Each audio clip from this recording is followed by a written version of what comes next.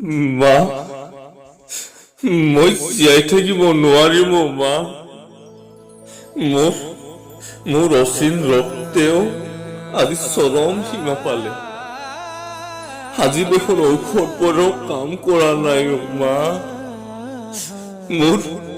মোৰ শৰীৰটো দেখোন ফুলি গৈছে। মোৰ দেহটো বৰকৈ কঁপিছে মা। বৰকৈ কঁপিছে।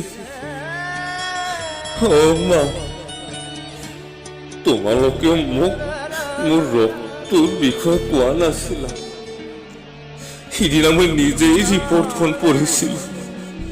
কোনোবা এটা শাৰীত ব্লাড কেঞ্চাৰ নামৰ শব্দটো পাইছিলো।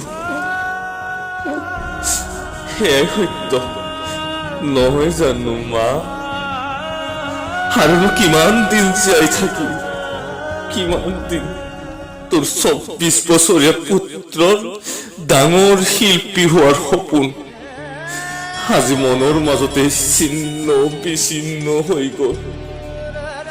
নোৱাৰিছো আৰু জীৱনৰ সৈতে খেলিব। বাস্তৱতাই সকলো কাঢ়ি লৈ গ'ল। মোৰ জীৱনৰ বাস্তৱ এতিয়া সুপ্ত।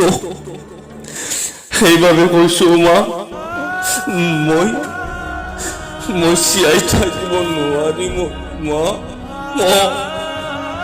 মই জীয়াই থাকিব